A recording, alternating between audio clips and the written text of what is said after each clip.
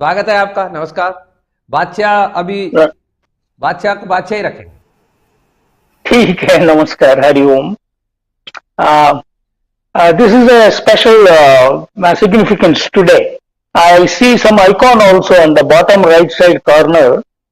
जब भारत देश में अमृत काल चल रहा है तो अभी अमृत and we are talking about भगवान also, and this is a Amrit episode, 75th episode for us. So अभी एक मेरा दृष्टि वहां गया है.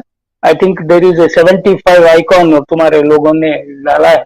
अच्छा है. So and we are discussing something very immortal about the God and his omniscience and omnipresence, and then the nature of the Almighty we are talking today.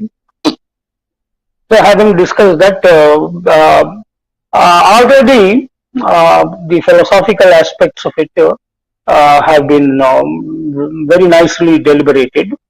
So as usual, I'll bring my practical perspective, how we can relate such a deep philosophy also into our day-to-day work and then the life.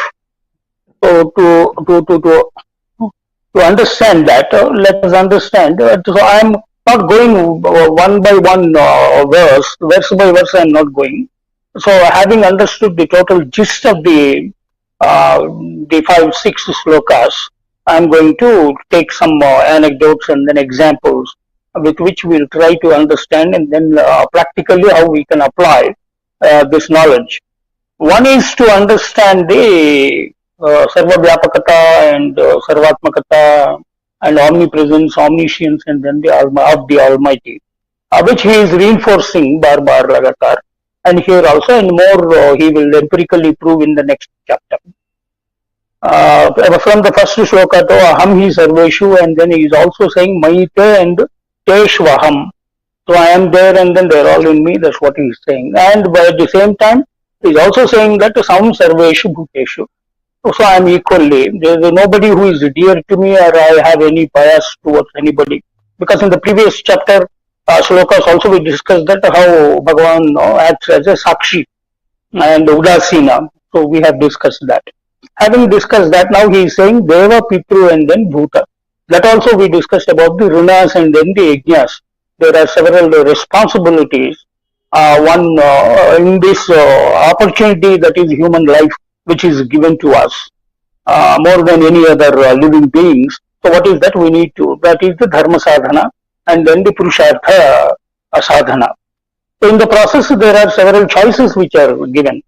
So I was just thinking, as a student of management and as a professor of management, we teach people, and there is a fantastic book called 7 Habits of the Highly Effective People. In that, Stephen Covey talks about our center, the choices that we make and then keep it in our center will decide our choices. Because we say that the person who is very mature, we say that he is a very centered person, you know. So that is where he says, and then he has given an empirical, evidence through a chart. He has proved. Some of you, if you have read that book, it is one of the good management as well as self-help books. I mean, some 20 years back, it used to be a religion in the organization that I worked. So our center decides our choice. Like for example, if we keep like in the previous chapter, episodes also, I said that whatever choices we make, our mind tends to get occupied with that, and then we tend to only think about those things, and then whatever karma that we do, all the actions that we do, and all thoughts will be preoccupied with that. That is why it is occupation, it is called. So that is the point, the central point I am trying to make.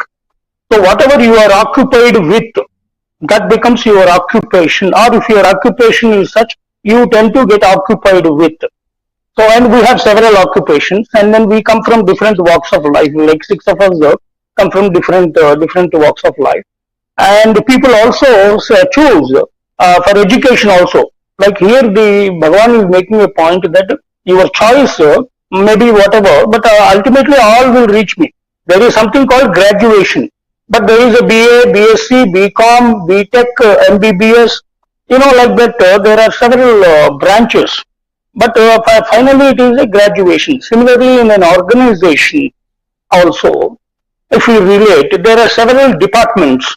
If we think that I am a HR person, that I am, or I'm a marketing guy, I'm a finance guy, I will only focus on that with a narrow focus. If you go, the chances of you can excel within that chosen path, but the moment you relate yourself with the organization, once you feel that you are with the organization, then the organization will be with you.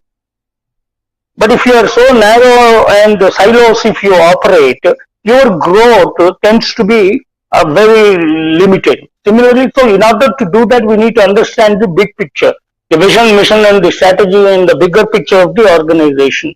The person and people prefer the organizational employees rather than very narrow focused specialists. So that's how here also he's saying Deva, Pitru, Bhuta, whoever chooses choices he makes and he gets preoccupied and that becomes his occupation. Utte, jagte, sote, phirte, chalte.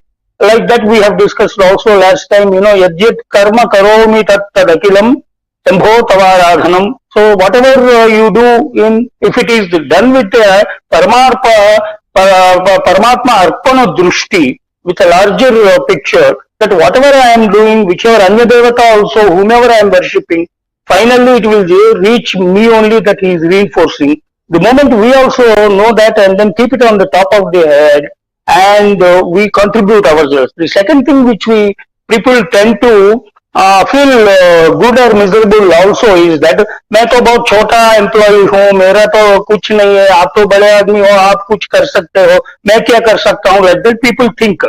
So don't think like that. Even if it is patram pushpam phalam toyam, that's what he's saying. Even if it is a small thing, and Vivekananda said your job may be of a scavenger. Do it in such a way that no other scavenger will do better than you. So don't think that if only then only I become a vice president, I will be able to contribute to the organization. No, not that way. Even if अगर घर में भी अगर by नहीं आती तो इधर उधर उथल फुथल हो जाता है. You may be a CEO or whatever. So it is very important. Each one's contribution is extremely important, and hence, however, that humility is extremely important. So that's what he is trying to be giving. To get that humility, okay, and people have talked about just now about the Grihastha Dharma and all the gunas and all. Here Bhagavan is talking about sannyasa. Very often we think that sannyasa means, whatever saffron robes, you wear it and then, you don't need to do anything and it's just an inert kind of a state. And there is kuch karma nahi hota hai unko. Right. So that's what. While it is true to an extent, but basically सत्य के ऊपर न्यास करना. The सत्य होता है सत चितानंदा. That is the definition and root of the nirguna, rasaguna, root of the Bhagavan. That is the location of the Bhagavan. So when you say sannyasa, it is renunciation and then surrendering yourself, everything, all kind of thoughts and karmas and jnana, bhakti, karma, everything will be focused completely on niyatatma and vidhipurvaka, because at the Sanatana Dharma there is varnashrama and chaturvarna, and ashrama dharmas are extremely important, and there are niyata karmas and then there are vidhipurvaka, vidhis are given. So to understand that and with a larger picture of the Advaita, that ultimately whatever we do, akashat patitam toyam yadha gacchati sagaram, so all rivers will go and merge in the sea. Finally, all sorts of things also will reach. That's how we can synthesize the whole thing, both in a philosophical manner and also for a work life in a practical manner, is what I think. Right. तो professor भाटे साहब के पास चलते हैं. जी भाटे साहब, नमस्कार, स्वागत है. Namaskar. Can you hear me now today? Yes, sir. Yes. Okay. So everything has already been explained so nicely. So I don't really have to add much. I just have a couple of points, and that will take only a couple of minutes. That's the only time that I need actually. So Jha, as he pointed out, whatever deity.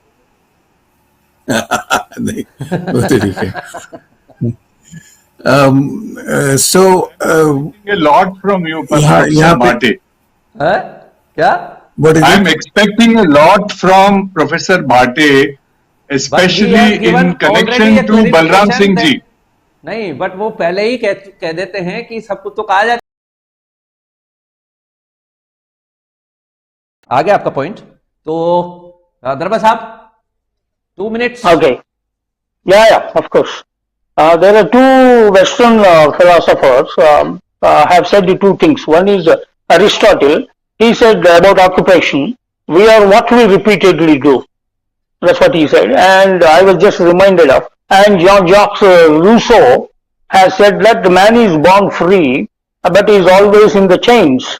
So that's what he said. To synthesize these two dilemmas which are expressed, or the concepts, insights which are expressed, I think Bhagavan seems to have given a beautiful, answer to these. He has used two words here. Is it evam and then eva? These are the two words Bhagavan has used here. Evam and then eva. Evam ka matlab hai like these. These are the, which are the vidhis and vidas.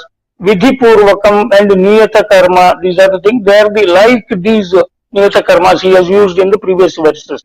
Evam. So once you follow those kind of a ityadi, evam, or as mentioned above, as we mentioned in the prescribed basically.